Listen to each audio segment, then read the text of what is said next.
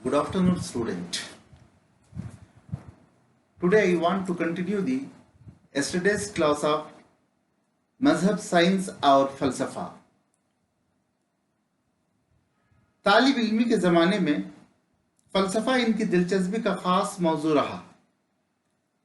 तलबा और तालिबात, तालिब इल्मी के दौर में हर स्टूडेंट का एक एक मौजू दिलचस्पी का रहता है. इसी तरह मौलाना अबुल कलाम आज़ाद का भी एक दिलचस्पी का मौजू उन्वान यानी टॉपिक फ़िलासफ़ी था. जहाँ तक मेरी तालिब इल्मी का दौर है, मेरा दिलचस्पी उन्वान यानी मौजू उर्दू अदब था. इसी तरह हर इंसान का एक एक दिलचस्प उन्वान यानी मौजू रहता है. उसी तरह मौलाना अबुल कलाम आज़ाद का भी एक दिलचस्पी मौजू फलसफा था. फलसफे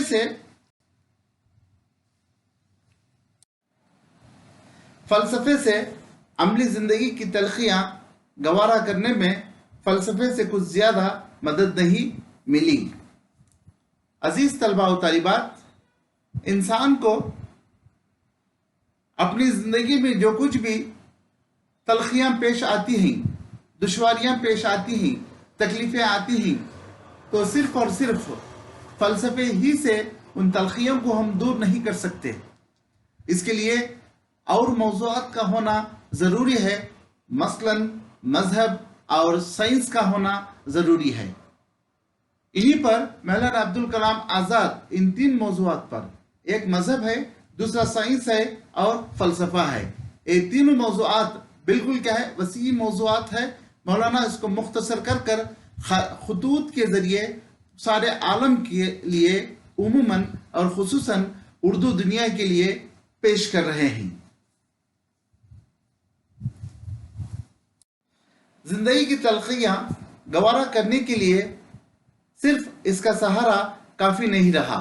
मौलाना अबुल कलाम आज़ाद को फलसफे के जरिए अपनी जिंदगी में जो कुछ भी कदम कदम पर जो भी दुश्वारियां तलखियां पेश आए, उसको सॉल्व करने के लिए फलसफा एक ही उनको आसान नहीं बना. साइंस आलम महसूसात की साबित शुदा हकीकतों से हमें आशना करता और मादी जिंदगी के बेरहम जबरियत की खबर देता है. तलबा और तालिबात, बाद मजहब के यहाँ और दूसरा मौजू यानी उन्वान आता है साइंस. साइंस देखिए, साइंस क्या है, डेफिनेशन है. Science is the systematic knowledge of study बोलते हैं. आप भी बोलते हैं, आप भी हाई स्कूल में क्या है, ये तमाम चीजें साइंस पढ़कर आए हैं, रिलीजन पढ़कर आए हैं, फिलॉसफी भी पढ़े होंगे शायद. लेकिन साइंस एक ऐसा सब्जेक्ट है, यहाँ पर उसको साइंसदानों ने उसका डेफिनेशन इस तरह बयान किया है. Science is the systematic knowledge of body.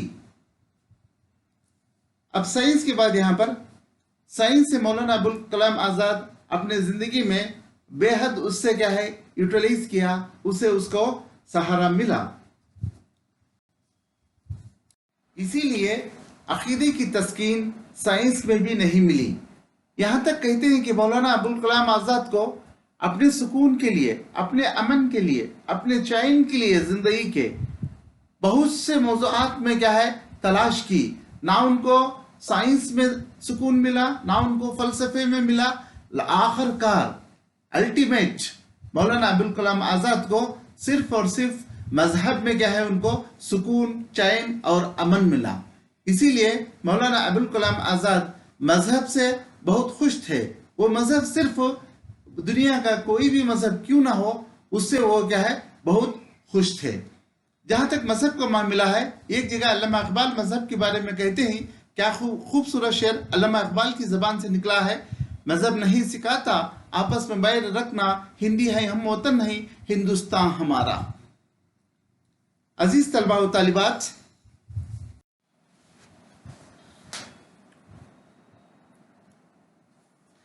जिंदगी की नागवारियों में सहारा लेने के लिए हमें मजहब को देखना पड़ता है.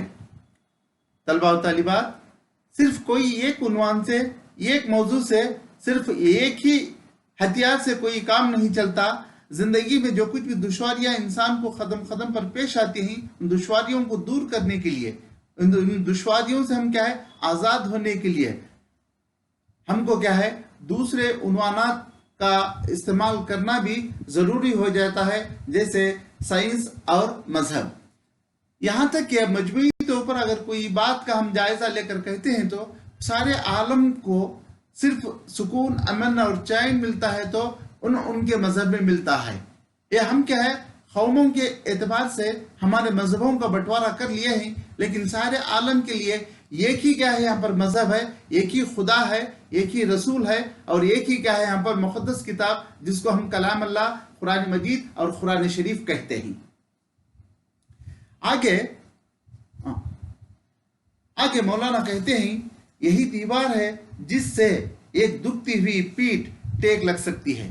آخرکار اختتام میں مولانا ابوالکلام آزاد کہتے ہیں مذہب ایک ایسی چیز ہے جس انسان کو وہاں پر سکون، امن اور چین ملتا ہے.